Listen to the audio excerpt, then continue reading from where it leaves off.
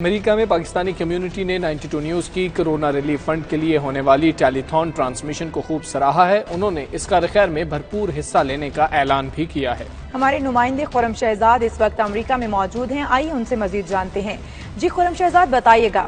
جی بالکل، امریکہ بھر میں پاکستانی امریکنز کی طرف سے پرائم منسٹر عمران خان نے جو اقدامات کیے ہیں کرونا کے حوالے سے، اس کو قدر کی نگاہ سے دیکھا جا رہا ہے۔ اور اب 92 نے جو اس وقت فنڈ ریزنگ کمپین چلائی ہے پرائم منسٹر عمران خان کے جو کرونا وائرس سے ریلیٹڈ جو فائٹ ہے اس کے لیے، تو پورے امریکہ کے اندر اس وقت ماحول ہے۔ پورے امریکہ میں 92 نیوز کا پیغام پہنچا ہوا ہے، اور وہ جو کاروباری مخیر حضرات ہیں اور دوسرے امریکنز جو یہاں سے کافی عرصے سے سیٹل ہیں، ان کی طرف سے اس میں ڈونیشن کے لیے، اس میں پارٹیسپیشن کے لیے ایک جنون و جذبہ پایا جا رہا ہے۔ پورے امریکہ میں لوگ، پورے امریکہ کی جو 50 ریاستیں ہیں وہاں سے اس میں لوگ نہ صرف شرکت کریں گے بلکہ اس کے اندر کار خیر کے اندر حصہ بھی ڈالیں گے۔ ہماری کچھ یہاں پہ افراد سے بات ہوئی ہے جو اس دن کا اور اس وقت کا انتظار کر رہے ہیں کہ کب یہ کمپین شروع ہو، اس کے اندر وہ پارٹیسپیٹ کریں۔